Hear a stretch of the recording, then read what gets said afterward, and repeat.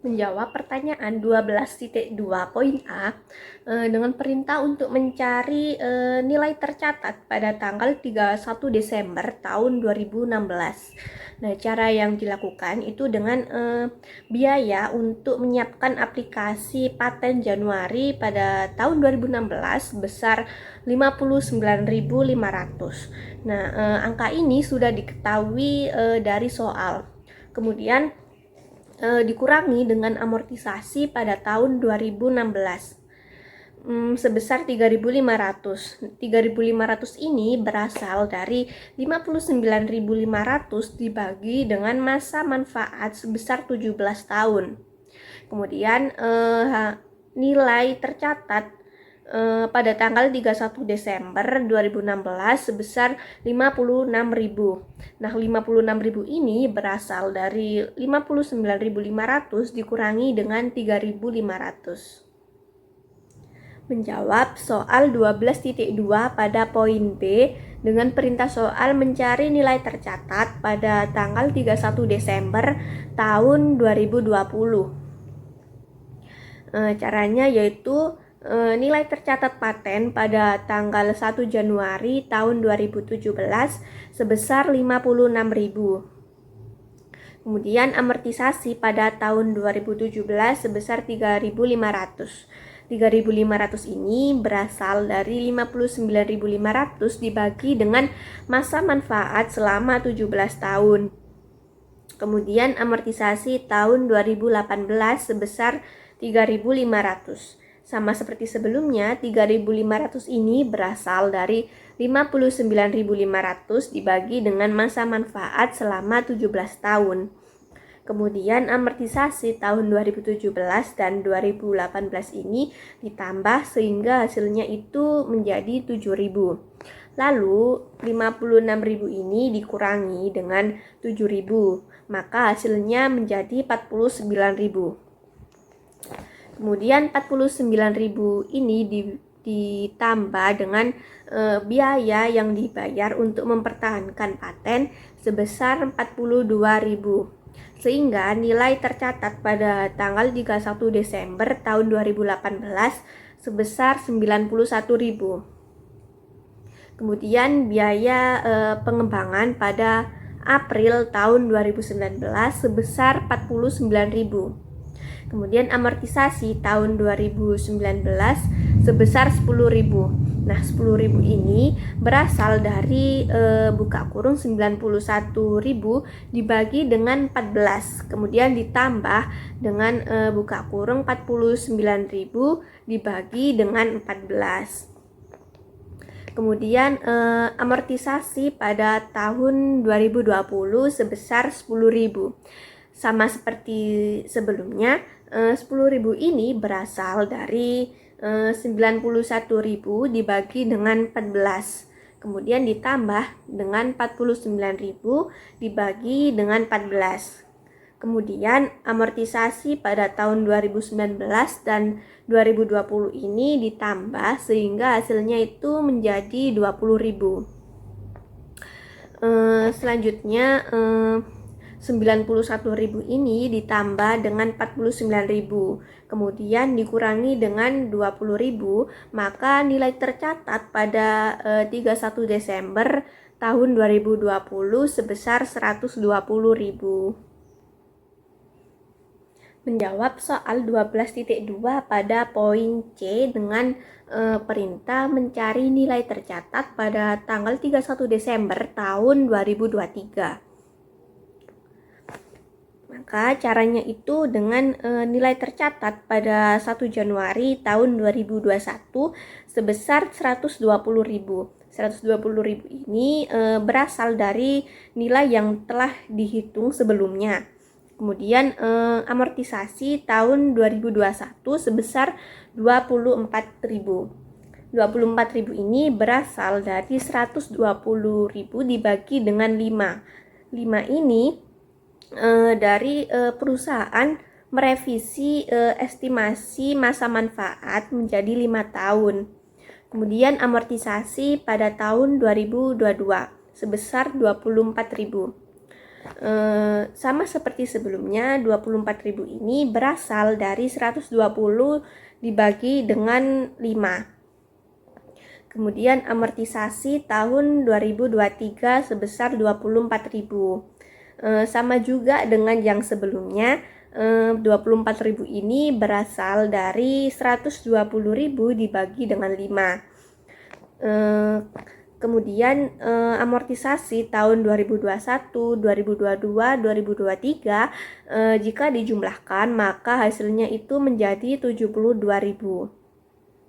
Sehingga nilai tercatat pada tanggal 31 Desember tahun 2023 sebesar 48.000.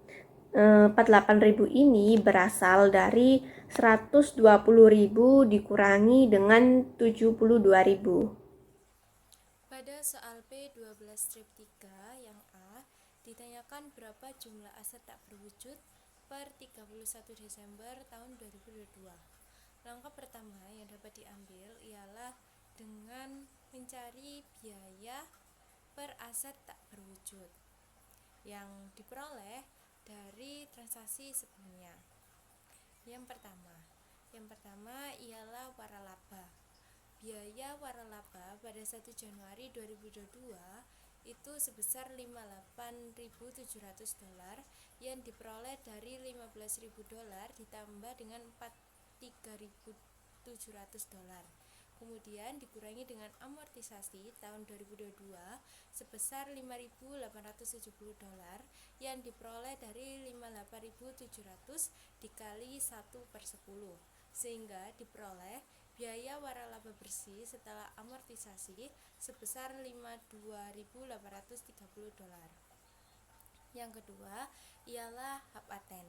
Biaya paten pada tanggal 2 Januari 2022 sebesar $17.600 yang diperoleh dari soal. Kemudian akan dikurangi dengan amortisasi tahun 2022 sebesar $2.200 yang diperoleh dari 17.600 dikali 1/8, sehingga diperoleh biaya paten bersih setelah amortisasi sebesar $15.400. Dan yang terakhir atau yang ketiga ialah tentang merek dagang. Biaya pada merek dagang pada 1 Juli 2019 sebesar $36.000 yang diperoleh dari soal. Kemudian akan dikurangi dengan amortisasi dari tanggal 1 Juli 2019 hingga 1 Juli 2022 sebesar $5.400 yang diperoleh dari 36.000 dikali 3/20, sehingga diperoleh nilai buku akhir pada 1 Juli 2022 sebesar $30.600. Kemudian nilai buku akhir akan ditambahkan dengan pembelaan hukum yang berhasil pada tanggal 1 Juli 2022 sebesar $10.200, yang kemudian akan menghasilkan nilai buku akhir setelah pembelaan hukum yakni sebesar $40.800. Selanjutnya akan dikurangi dengan amortisasi pada tanggal 1 Juli 2019 hingga 31 Desember 2019 sebesar $1.200 yang diperoleh dari $40.000 dikali dengan 1/7 dikali dengan 6/12, yang kemudian akan menghasilkan harga perolehan merek dagang setelah dikurangi dengan amortisasi sebesar $39.600. Nah, selanjutnya ialah mencari jumlah aset tak berwujud Sandro Corporation per tanggal 31 Desember tahun 2022 dengan cara menjumlahkan hasil akhir dari tiap-tiap aset tak berwujud yang sudah dihitung sebelumnya. Yakni ada 3. Yang pertama adalah $52.830 ditambah $15.400 ditambah 39.600 dolar, sehingga didapatkan jumlah aset tidak berwujud tersebut sebesar 107.830 dolar. Mencari jawaban dari soal yang B dari 12.3, di mana soalnya itu disuruh untuk mencari jadwal pengeluaran beban aset tak berwujud pada periode tahun 2022, di mana yang pertama itu ada beban bunganya sebesar 6.118 dolar dari 43.700 dolar, itu dari present value-nya dikali 14%. 14% itu dari bunga tahunannya. Nah, jadinya totalnya 6.118 dolar. Kemudian kedua itu ada amortisasi waralaba sebesar 5.870 yang udah dicari pada nomor yang A sebelumnya, yaitu dari 58.700 dibagi 10. Nah, kemudian yang ketiga itu ada biaya waralabanya sebesar 45.000, itu dari pendapatan dari waralaba tahun 2022 itu kan sebesar 900.000 dolar. Nah, dikali sama pembayaran tahunannya itu 5% dari pendapatan, jadinya 900.000 dolar dikali 5% sama dengan 45.000 dolar. Kemudian yang keempat itu ada amortisasi paten sebesar 2.200, itu dari 17.600 dibagi 8, jadinya kan 2.200. Itu juga udah dicari di yang A. Nah, kemudian yang kelima itu ada amortisasi dari 1 Januari 2019 sampai 30 Juni 2022, di mana biaya awal pembelian trademarknya itu kan 36.000 dolar dibagi sama dikali sama umur manfaatnya 1/20 kali 6/12, karena kan sampai Juni doang, jadinya hasilnya 900 dolar. Kemudian amortisasi 1 Juli 2022 hingga 30 Desember 2022 itu adalah 40.800 dikali 1/17 kali 6/12 sisanya, jadinya 1.200. Nah, total dari beban bunga sampai amortisasi terakhir itu sebesar 61.288 dolar.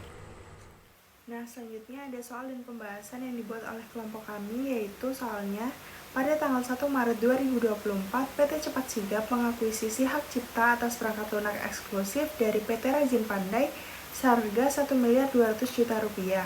Selain itu, PT Cepat Sigap juga membayar biaya notaris dan legalitas sebesar 75 juta rupiah dan biaya pengujian awal sistem sebesar 45 juta rupiah. Nah, masa manfaat aset tersebut diperkirakan selama 8 tahun.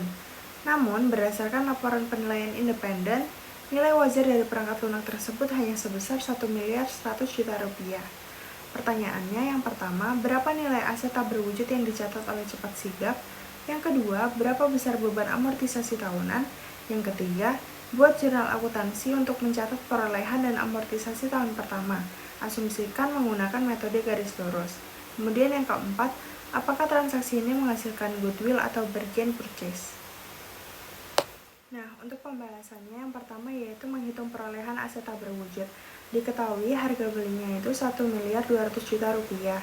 Kemudian biaya legalitas sebesar 75 juta rupiah dan biaya pengujian sebesar 45 juta rupiah.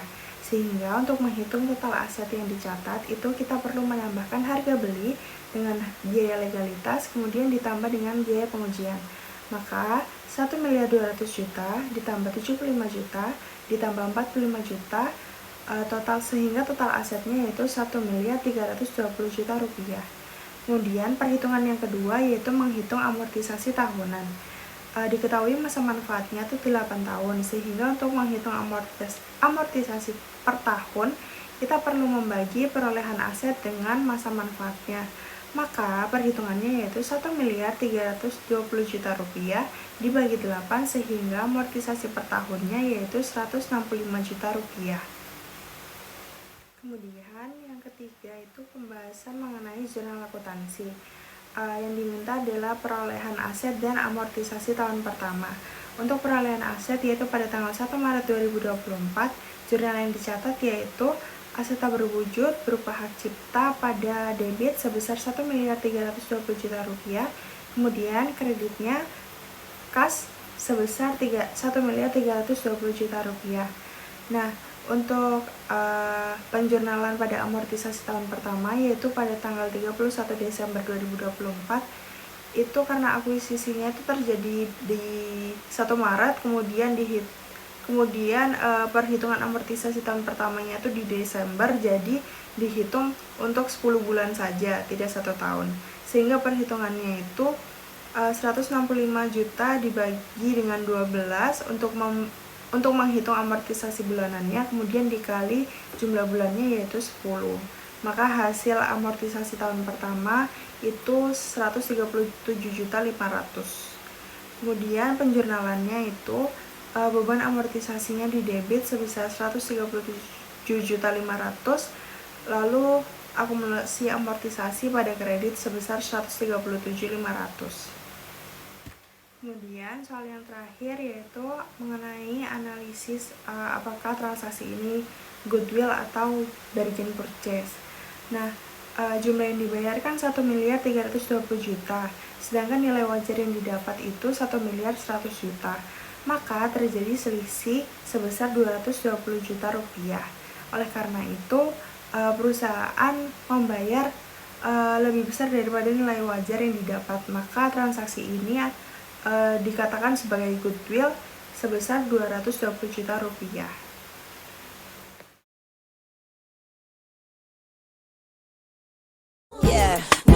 Yeah, Bobby Valentino.